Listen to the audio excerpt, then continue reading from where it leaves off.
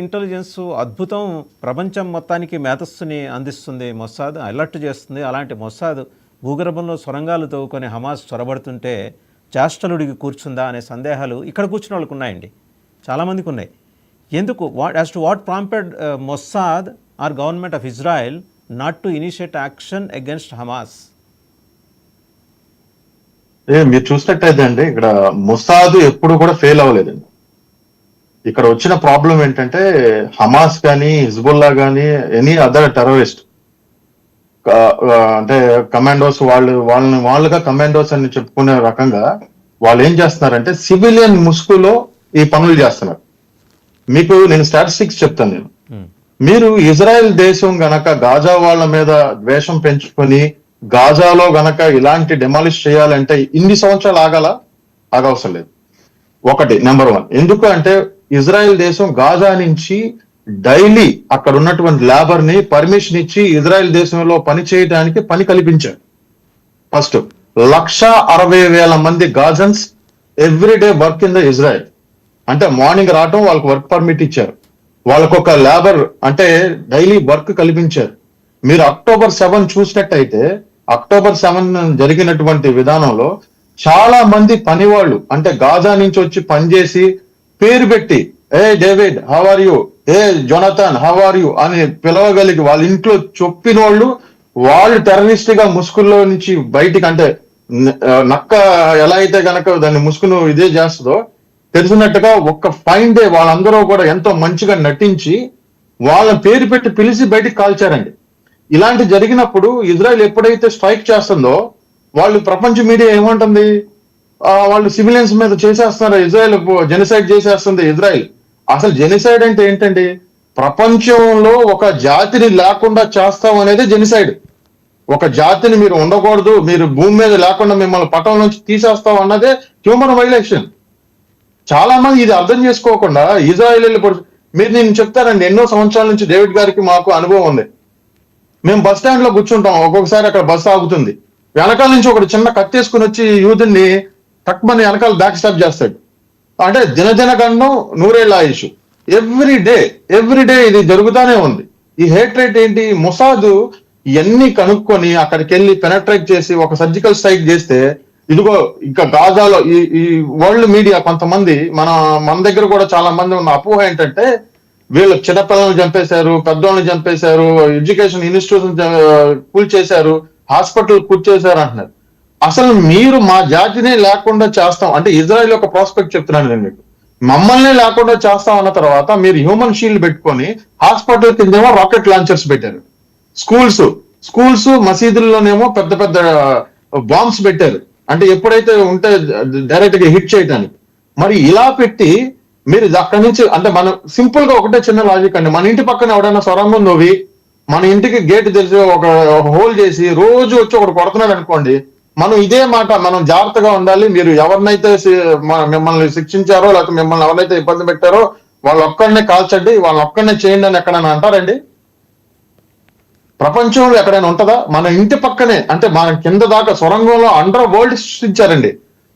2023 నుంచి ఇప్పటి వరకు బయటపడ్డ స్వరంగాలు ఎన్ని ఉన్నాయంటే మీరు ప్రతిదీ డాక్యుమెంటేషన్ చేసింది ఇజ్రాయెల్. ప్రతి ఒక్క సొరంగాన్ని బయట ప్రజలకు చూపించింది. మీరు ఎట్లా వెళ్తున్నారు అక్కడ కింద 5 స్టార్ ఫెసిలిటీస్ పెట్టుకున్నారు, టీవీ, ఏసీ, మొత్తం అన్ని రకాలైనటువంటి ఫెసిలిటీస్ పెట్టుకొని వాళ్ళు ఎన్ని బిలియన్ డాలర్స్. ఇంత ఫండింగ్ హమాస్ కి ఎలా అందింది? ఎక్కడి నుంచి అందింది? మొత్తం ఇరాన్ అండి, మొత్తం ఇరాన్ బ్యాక్డ్ $25 మిలియన్ ఇచ్చింది ఓన్లీ ఒక ఈవెంట్ కి. మీరు చూసినట్టయితే ప్రతి ఒక్క ఈవెంట్ లోనూ ఇరాన్ జరిపిన విధ్వంసానికి $25,000 మిలియన్ డాలర్స్. సో మీరు ఒకటే ఆలోచించాలి, మనం మీడియా కూడా ఏం చూపించాలంటే తప్పును తప్పు, ఒప్పును ఒప్పుగా అని చెప్పాలండి. నన్ను కొడుతున్నాడు, నన్ను ఈ విధంగా బాధిస్తున్నాడు, నన్ను చంపడానికి వస్తున్నాడు అన్నప్పుడు we have all the rights to defend ourselves. Israel is doing the same thing. మీరు నన్ను ప్రతిరోజు వైపప్ చేస్తాను, ప్రతిరోజు చంపుతానని మీరు నాట్ ఓన్లీ టెల్లింగ్, మీరు యాక్షన్ లో చూపిస్తున్నారు, వాళ్ళు యాక్షన్ లో చూపిస్తున్నారు. ప్రతిసారి ఎన్నిసార్లు అని బాధపడతారండి వాళ్ళు. ఇంకా ఇజ్రాయెల్ ప్రజలకు ఎలా వచ్చేసిందంటే పిచ్చి పీకి వెళ్ళిపోయినట్టుగా ఇక ఈ టెర్రరిజాన్ని తట్టుకోలేని అంత పీక్ లెవెల్లోకి వెళ్ళిపోయారు మొత్తం. ఇంకా ఒక్కసారిగా చూసుకుందాం అన్నట్టుగా. అదర్వైజ్ ఈ యుద్ధం ఇప్పుడు మీరు గనక 2023 నుంచి ఇప్పుడు వరకు డిమాలిష్ చేసినటువంటి టన్నెల్స్ గానీ, వాళ్ళ దగ్గర ఉన్న మిసైల్స్ గానీ, రాకెట్స్ గానీ ఇవన్నీ డిస్ట్రాయ్ చేయకపోతాయండి 2025 అంటే ఈ సంవత్సరం ఆఖరికి నిజంగా వాళ్ళందరూ సరౌండింగ్ చేసి కనుక కొడితే ఇజ్రాయెల్ ఒక గంటలో ఉండేది కదండి. అంత కింద అండర్ వరల్డ్ సృష్టించేశారు మొత్తం ఇన్ని వేల మిలియన్ల డాలర్తో. సో ప్రతి ఒక్కటి డాక్యుమెంటేషన్ చేసింది ఇంటర్నేషనల్ ముందు. మీరేమన్నారు వాళ్ళేమన్నారు కదండి. ఇక్కడ ప్రాక్టికల్ గా ఉండే ఒక వ్యక్తుల గురించి వాళ్ళు పడే బాధ వాళ్ళకి తెలుస్తుంది. Right, I understand. ఎవరికి దెబ్బ తగిలితే వారికి నొప్పి తెలుస్తుంది. ఊరికినే అక్కడ మన మీడియా కూడా ఏదో ఒక ఛాంబర్ లో కూర్చొని ఆ ఇజ్రాయెల్ కి సారీ చెప్పాలి, ఆ ఇజ్రాయెల్ వాళ్ళందరికి సారీ చెప్పాలి. ఈ సారీలు ఎందుకు చెప్తారండి? నన్ను చంపుతుంటే నేను డిఫెండ్ చేసుకుంటే నేను వెళ్ళి వేరే వాడికి సారీ చెప్పాలా? ఎలా చెప్పిస్తుంది? ఏ దేశమైనా ఎలా చెప్పిస్తుంది సారీలు? ఎందుకు చెప్పించాలి అసలు సారీ చెప్పండి? ఏ విధంగా అంటే ఏ రైట్స్ ఉందని? వీడేమో సివిలియన్ ముసుగులో ఒక 10 మంది పిల్లలను పెట్టుకొని, ఒక 10 మంది వృద్ధులను పెట్టుకొని వాళ్ళ మధ్యలో నుంచి రాకెట్ లాంచర్ చేస్తుంటే మీరు ఎక్కడ చేయాలి? ఇంకా బాంబు ఎవడి మీద వేయాలి? నువ్వేమన్నా ఒక డ్రెస్ వేసుకొని ఒక పోరాడుతుంటే, ఇప్పుడు ఇరాన్ ఉంది, ఇరాన్ రెజిమ్ ఒక బాంబు వేస్తుంది, ఇరాన్ నుంచి వచ్చిందని తెలుస్తుంది. కానీ వీడు జనాల మధ్యలో ఉండి జనాలలో కొడుతుంటే ఎవరి మీద కొట్టాలి? ఇప్పుడు మీరు చిన్న సింపుల్ స్టాటిస్టిక్ చెప్తాను. 45,000 మంది చనిపోయారని చెప్పి హమాస్ చెప్తుంది. హమాస్ చెప్పినప్పుడు 45,000 మందిలో హమాస్ సంబంధించిన వాళ్ళు ఎంతమంది ఉన్నారు, నిజంగా లేమెన్స్ ఎంతమంది ఉన్నారు, హమాస్ సపోర్టర్స్ ఎంతమంది ఉన్నారండి దీంట్లో? ఇవన్నీ మీరు జాగ్రత్తగా చూస్తే గనక ప్రపంచం అర్థం చేసుకుంటుంది.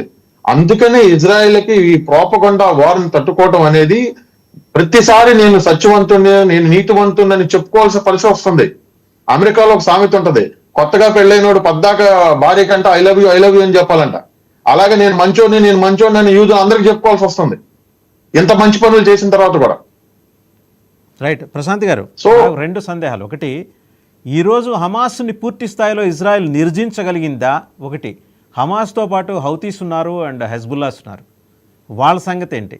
వాళ్ళకి ఇప్పటిదాకా నడుస్తూ వచ్చిన ఫండింగ్ని కట్టేలు చేయగలిగిందా? భూగర్భంలో 5 స్టార్ ఫెసిలిటీస్తో కట్టుకున్న వాళ్ళ ధ్వంస రచనా కేంద్రాలని డిస్మాంటిల్ చేయగలిగిందా? నిన్న కూడా లెబనాన్ లో డిస్మాంటిల్ చేశారండి. నిన్న ఎప్పుడో ఒక సంగతి చెప్పట్లా, నిన్న ఈవినింగ్ లెబనాన్ లో ఎయిర్ స్ట్రైక్స్ జరిగినాయి. సో వీళ్ళు ఆన్ గోయింగ్ ప్రాసెస్. ఇంత చిన్న సీజ్ ఫైర్ అని ఇంత టైం ఇస్తే ఈ టైంలో మళ్ళీ ఎక్కడో చోట ఎలికలాగా తోడేస్తున్నారు, ఒక రంధ్రం పెట్టేస్తున్నారు. మళ్ళీ దానికి ఒక కార్యక్రమం, దానికి ఒక పెద్ద మళ్ళీ ఒక మిషన్, మళ్ళీ దానికి ఒక ఫండింగ్, దానికి ఒక నాయకుడు, దానికి ఒక కమాండర్, మొత్తం అందరూ వస్తున్నారు. ప్రజలందరూ అర్థం చేసుకోవాల్సింది ఏంటంటే ఇక్కడ ముస్లింలు, యూదులు, క్రిస్టియన్స్ వీళ్ళు కాదు, మనుషుల మధ్యలో హేట్రేట్ పెంచుకొని ఒక జాతిని లేకుండా చేయాలనే ఒక కుట్రకోణం ప్రపంచం మొత్తం జరుగుతుంది. అది రియల్ వైలేషన్, హ్యూమన్ వైలేషన్ అనేది అది రియల్. ఒక జాతిని లేకుండా చేద్దామని చేసేది. ఇప్పుడు హమాస్ ఉందండి, ఇప్పుడు హిజ్బుల్లా ఉంది, వీళ్ళందరినీ 90% వరకు వాళ్ళు కట్టడి చేశారు. స్టిల్ ఇంకా కొత్తగా రిజ్యూమ్ చేర్చుకోవటం, ఇరాన్ ఫండింగ్ తో కొత్త ఏంటండి? ఒక యూదుడి ప్రాణం $1000 అండి. ఒక యూదుని చంపితే $1000, $2000 అంట. అది ఎంతమంది యూదుని చంపితే నీకు పరలోకంలో అంత ఘనత ఉంది, నీకు అంత స్వర్గం ఉంది అని చెప్తున్నారు వాళ్ళకి. అలా అని ఎవరు ప్రకటించారు $1000, $2000 అని? వీళ్ళే ఇప్పుడు మొన్న పట్టుబడిన వాళ్ళు చెప్పిన డైరెక్ట్ సాక్ష్యాలు అవి. మీకు ఎందుకు మీరు ఇలా చేశారంటే, ఒక మనిషిని చంపితే $2000, ఒక పిల్లోని చంపితే $4000 వాళ్ళు కన్ఫెస్ చేసింది. వీళ్ళు ఎవరైతే కొంతమంది జ్వరబడి పారాగ్లైడర్స్ వేసుకొచ్చి మీరు విచక్షణ రహితంగా కాల్పులు కాల్చారో వీళ్ళందరూ ఫండెడ్. ఎక్కడి నుంచి? ఈ $25,000 బిలియన్ నుంచే. సో ఇవన్నీ కూడా అర్థం చేసుకోవాల్సిన ప్రజలు అర్థం చేసుకుంటున్నారు. చాలా మంది కొద్ది విజ్ఞత కలిగిన వాళ్ళందరికీ అర్థమవుతుంది. ఇజ్రాయెల్ ఏదో సౌత్ ఆఫ్రికానో లేకపోతే ఇంకో దేశమో వచ్చి మేము ఖండిస్తున్నాం, ఇది జెనోసైడ్ అంటే, ఎవరి కిందకు వచ్చి ఎవరికి నొప్పి తగిలితే వాళ్లే కష్టపడతారు, వాళ్ళకే నొప్పి వాల్యూ తెలుస్తుంది, వాళ్లే టాబ్లెట్ వేసుకోవాలి. పక్కనోడు నేను బరదాగా అదే ఉందిలే చిన్నగా కాలిందంటే కుదరదండి అది. వీళ్ళకి రోజు టైం బాంబ్ కింద పెడుతున్నారు, బాంబులు పెట్టి బాంబులు వేస్తున్నారు. ఇవాళ పొద్దున్న సార్ 5 times. మీకు చూపించాను, మీకు ఒక పిక్చర్ పంపించాను. అవును. హిట్లర్ చేతిలోంచి సర్వైవ్ అయిన ఒక పెద్ద ఆవిడ ఆఖరికి ఇరాన్ మిసైల్ కి దాడితో చనిపోయిందండి. 95 ఏళ్ళు ఆవిడ సర్వైవర్ ఆఫ్ హోలోకాస్ట్. హిట్లర్ నుంచి తప్పించుకుని ఎలాంటి ఫేట్ లో ఉన్నాం చూడండి, ఎలాంటి పరిస్థితుల్లో బతుకుతున్నారో చూడండి.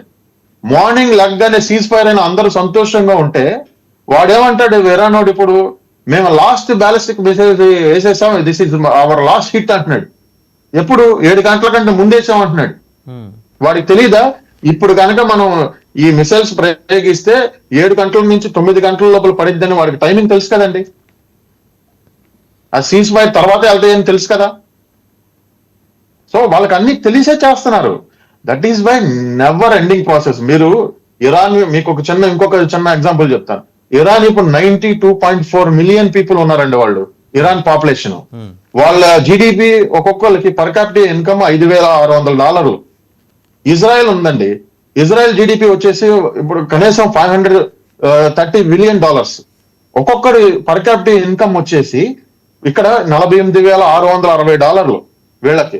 ఇంత చిన్న కంట్రీ ఈ విధంగా అభివృద్ధి చెంది దేశాలకి అభివృద్ధికరంగా ఉంటుంటే వాళ్ళు ప్రజలు ఎంతమంది ఇబ్బంది పడుతున్నారు, వాళ్ళకి ఉచితంగా వచ్చే ఆయిల్ ద్వారా వచ్చే డబ్బుల్ని ఏ విధంగా ఉపయోగిస్తున్నారు. వీళ్ళు ప్రపంచానికి ఉపయోగపడే విధంగా వీళ్ళ డబ్బుని, వీళ్ళ మేధస్సుని అన్నిటిని ఉపయోగిస్తుంటే వాళ్ళు వచ్చే డాలర్స్ ని ఎక్కడ ఉపయోగిస్తున్నారండి. ఇంత పెద్ద దేశం పెట్టుకొని ఇరాన్ అనేది 17th largest in Asia population లో. దానికి తర్వాత దానికి సౌత్ ఈస్ట్ నుంచి